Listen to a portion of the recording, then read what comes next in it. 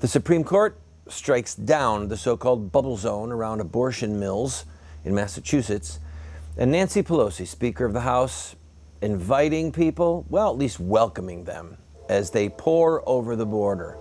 There's a train right now bringing more children to visit the United States permanently. Welcome to the Voice of Resistance.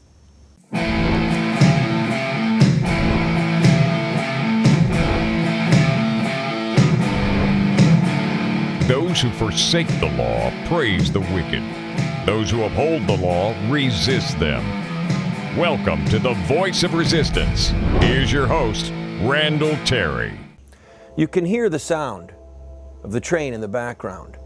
We're broadcasting from a remote location near the border. All right, I'm making this up. That is a real train, though, by the way. We're broadcasting from our temporary studios here in Tennessee. I almost said West Virginia. I ask you to continue to pray for our son, who is battling cancer. That's why we've moved here. We're in the middle of making a more permanent studio solution to the television show.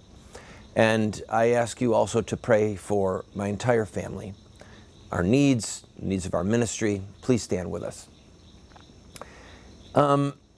Let's talk about Nancy Pelosi. Let's talk about what's going on our southern border, because it really is turning into a crisis.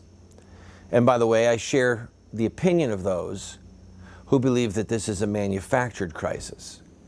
In other words, when the Obama administration let foreign governments know and had the statement in the press that said that they were not going to deport unaccompanied minors, well, that was as good as inviting unaccompanied minors.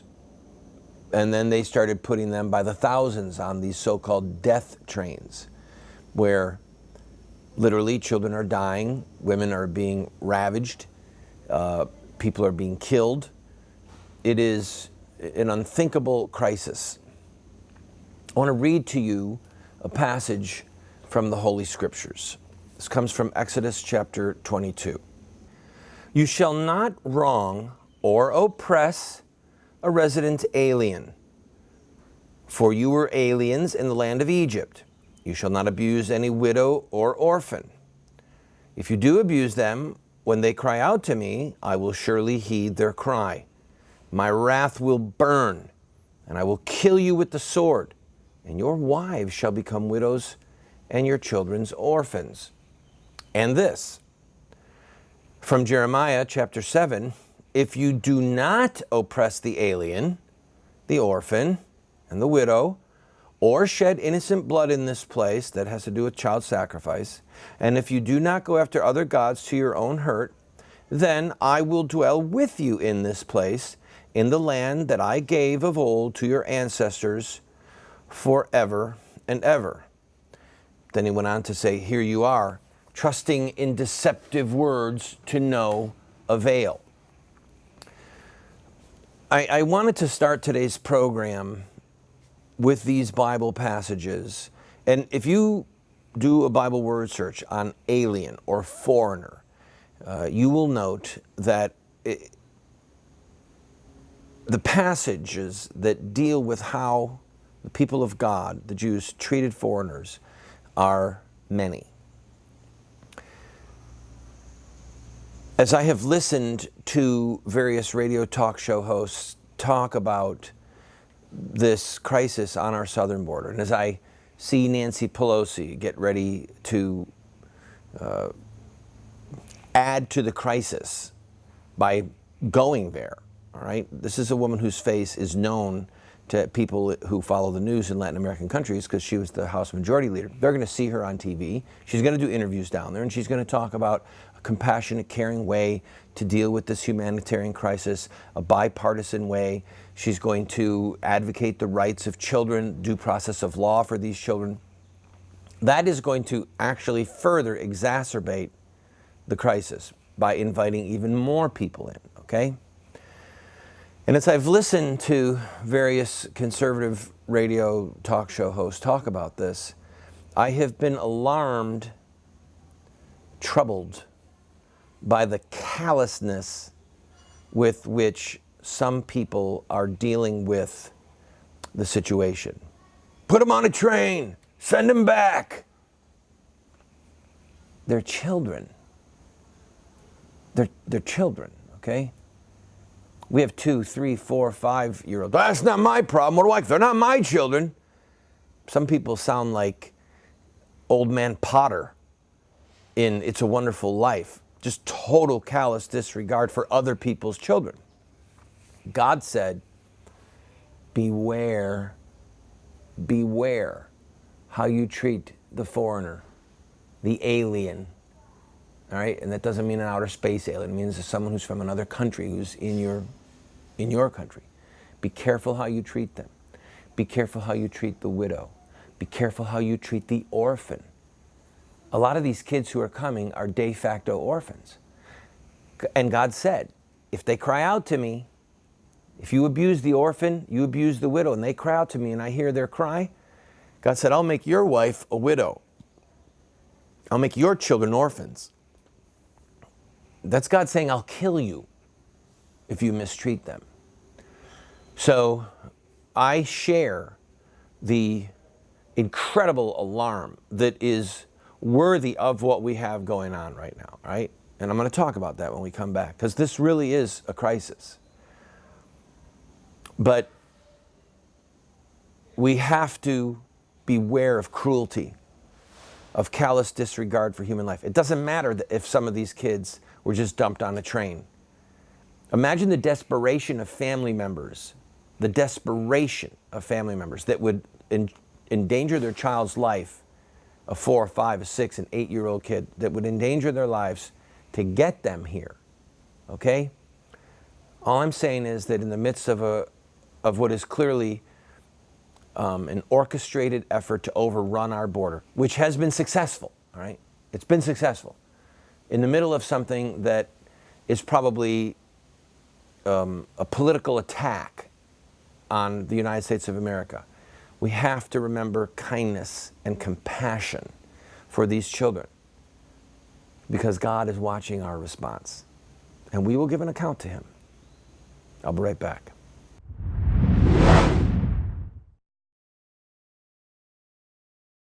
Hey, everyone's been asking me, when's Unstoppable coming out on DVD? Well, it's here. And I have created my own deluxe signature version of Unstoppable that contains not only the movie, but over 5 hours of additional curriculum and study guides for your family. It's perfect for your homeschool, educational facility, small group Bible study, and family devotions. And I'm going to share with you some of the spiritual warfare that surrounded the release of this film. This box set also includes extended scenes, new music videos, the inside scoop on the whole Facebook controversy. So what are you waiting for? I made this special version with my family in mind, and I know your family will be blessed by it too. Unstoppable 2.0 Deluxe Signature Version, available only here at kurtcameron.com. I can't wait for you to experience what's inside.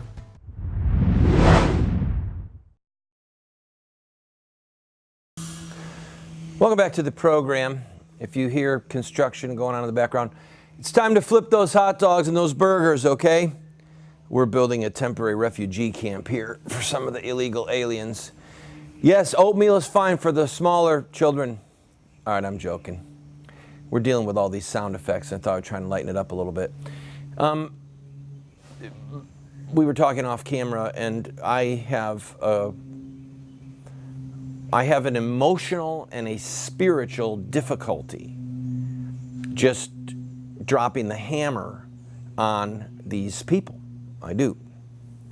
52,000 unaccompanied minors have come across the border in the last 8 months.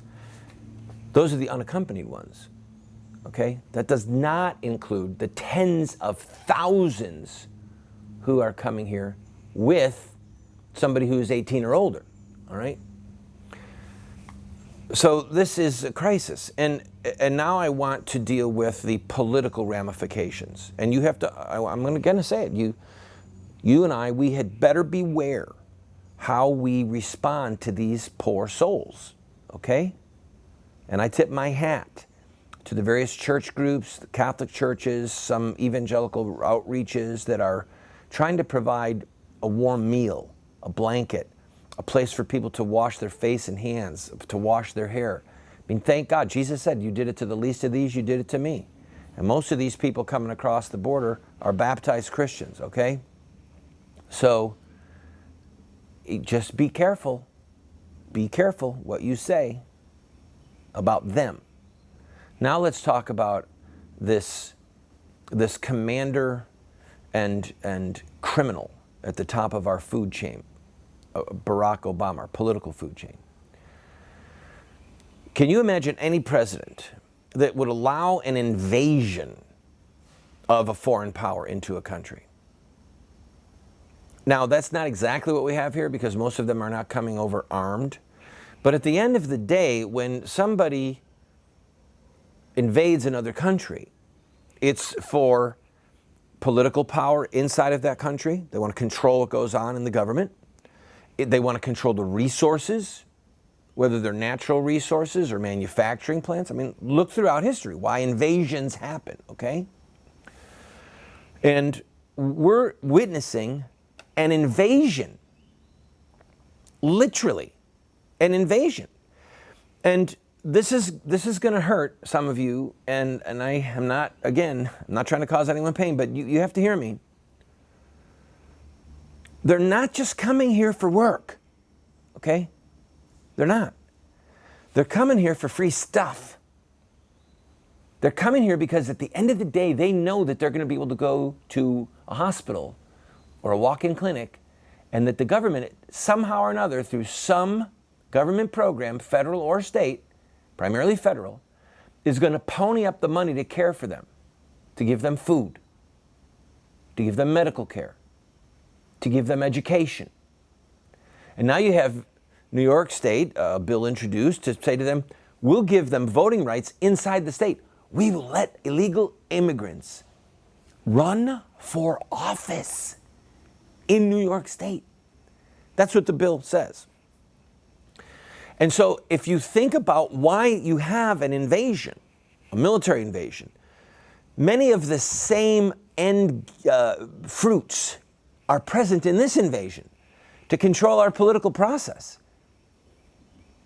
When these people are finally given amnesty, which is where this freight train is going, my guess is that 80 to 90% of them are going to become registered Democrats, because it's the Democratic Party that is offering constant free stuff.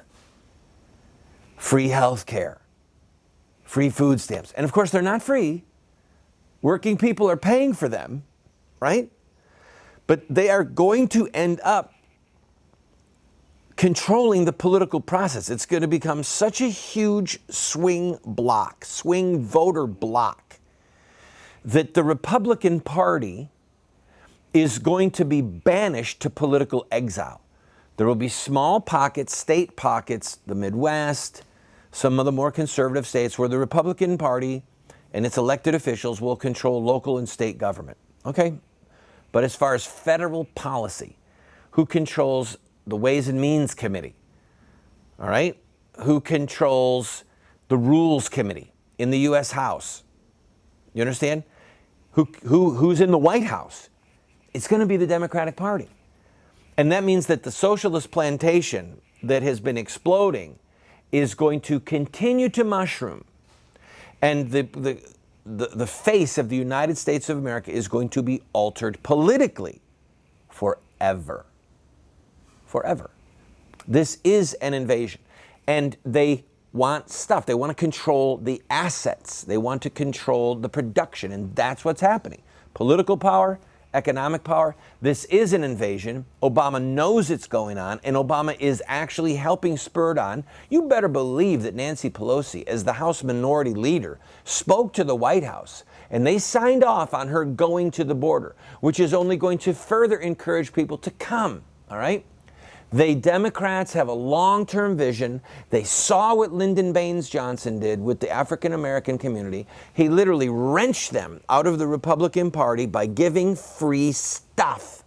And he made that horrific quote that is now legendary: every N-word will vote for us for 200 years because of the things that we're doing for them. the free giveaways, okay? That is what we are facing now. Right now, it is an invasion with political and resource control at its core. And Obama knows it's going on. He is a traitor. He is a traitor to this country. I'll be right back.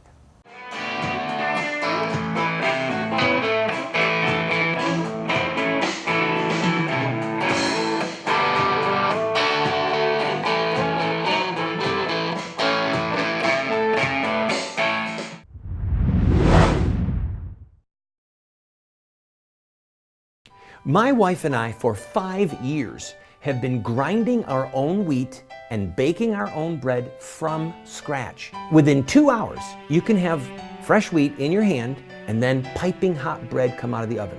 The most nutritious and delicious bread you will ever have. And we do it for under $1 a loaf. Call Paulas Bread and find out about this grain mill and the mixer and how it can save you money and change your life. I have been a leader in the pro-life movement for 30 years. And sadly, we have not prevailed in our goal to make it a criminal act to kill an unborn baby. There's reasons why we have failed. I wrote this book, A Humble Plea, to Catholic bishops, to evangelical clergy, and to lay people, explaining where we went wrong and what we have to do to prevail. We've made this available as a PDF online for free. I encourage you to go and download your own copy.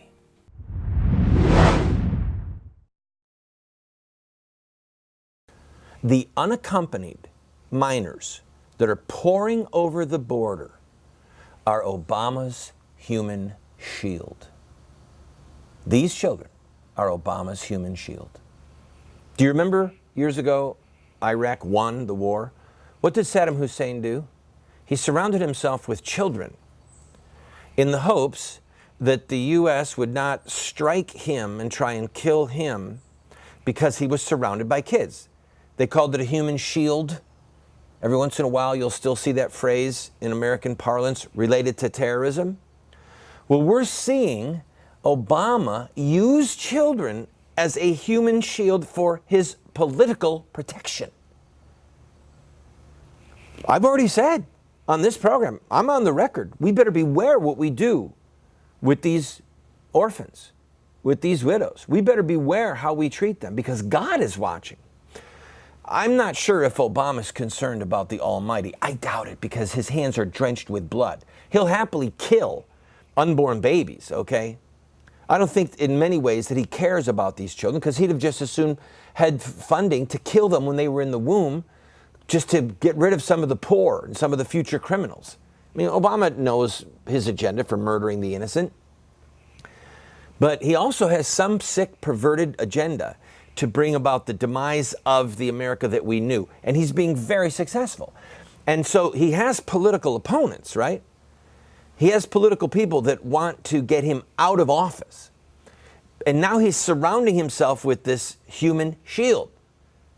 Nancy Pelosi is going, this is her statement. The humanitarian crisis unfolding across our nation's southern border demands Congress come together and find thoughtful, compassionate, and bipartisan solutions. We must ensure our laws are fully enforced. Oh, look, she wants to protect the border. No. So that due process is provided to unaccompanied children, and the safety and well-being of unaccompanied children is protected. We must also work to address the root causes of the problem.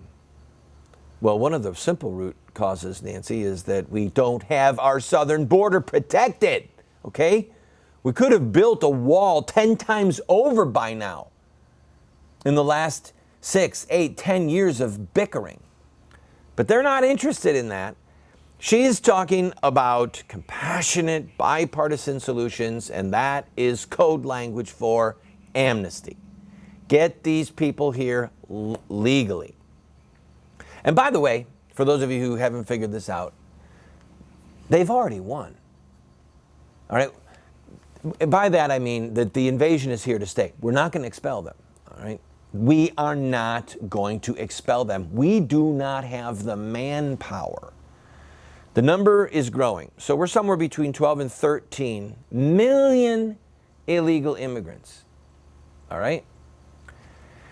We do not have the manpower. If every federal agent, if everyone from Homeland Security and every person in the National Guard and every U.S. soldier were to be deployed to deport these people, we don't have the manpower, the trains, the buses to move them across the border. Never mind apprehend them. Never mind hold them and feed them. We can't even move them. I mean, do you want to have the images of trains? Never mind the death train coming over the border this way. Do you want to have the images of trains packed with people like human cattle, like the Nazis moving the Jews? It's not going to happen. They've won. The only question is, what political terms do they stay on? So at one level, the best we can hope for is that they are never granted full citizenship. They are never granted the right to vote if we want to preserve the republic, okay? If you don't care, if you want to make this a democratic run, socialist plantation, then have at it, because all of the pieces are in place and Nancy Pelosi's down there leading the charge for a thoughtful, compassionate, bipartisan solution. We're in deep trouble, people. I'll be right back. Talk about the Supreme Court ruling.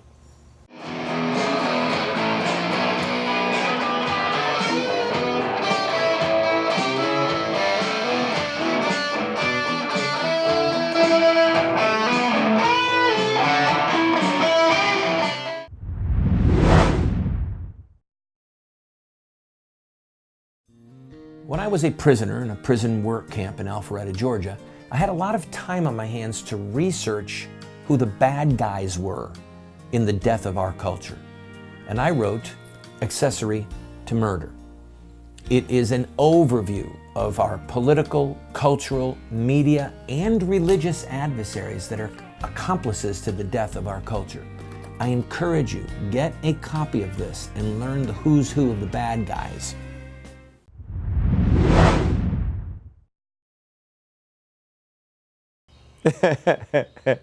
Oh, that's funny.